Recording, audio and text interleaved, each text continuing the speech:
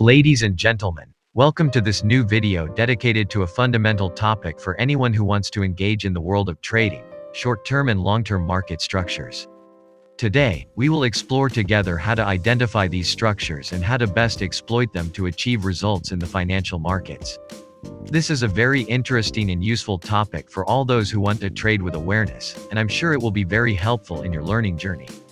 So, without further ado, let's get started. When we look at the chart of any instrument, we almost always face these two structures that indicate who controls the price in the short and long term. However, it is important to know that the short-term structure is always more powerful than the long-term one.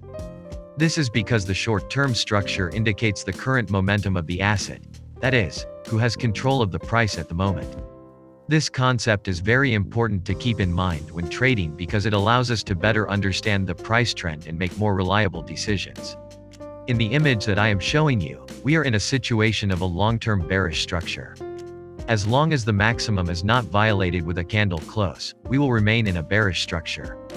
However, with the break of the intermediate high that has formed, we find ourselves in a short-term bullish structure, which means that buyers have taken control, at least in the short term.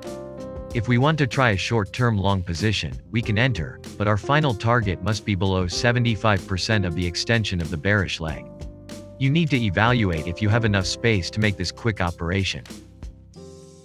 One of the most important things to keep in mind is that the best trades are those in which we have both the long-term and short-term market structures coinciding.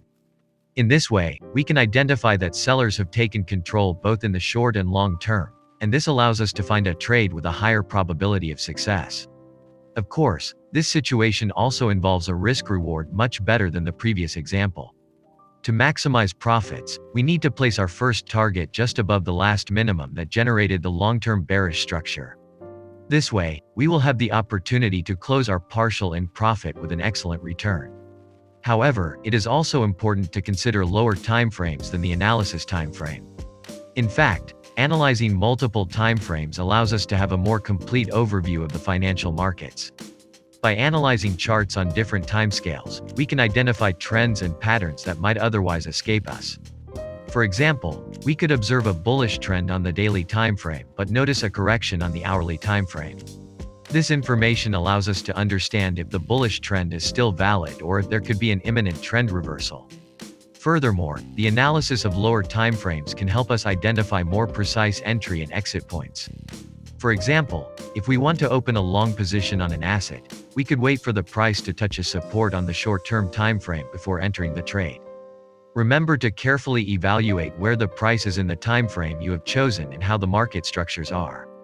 Always try to identify trades that have both the long-term and short-term market structures coinciding, as these have a higher probability of success, always being careful with the lower timeframes. If you have any questions or comments, please don't hesitate to write to us in the comments below. Remember to subscribe to the channel so as not to miss any content coming out. We'll see you in the next video.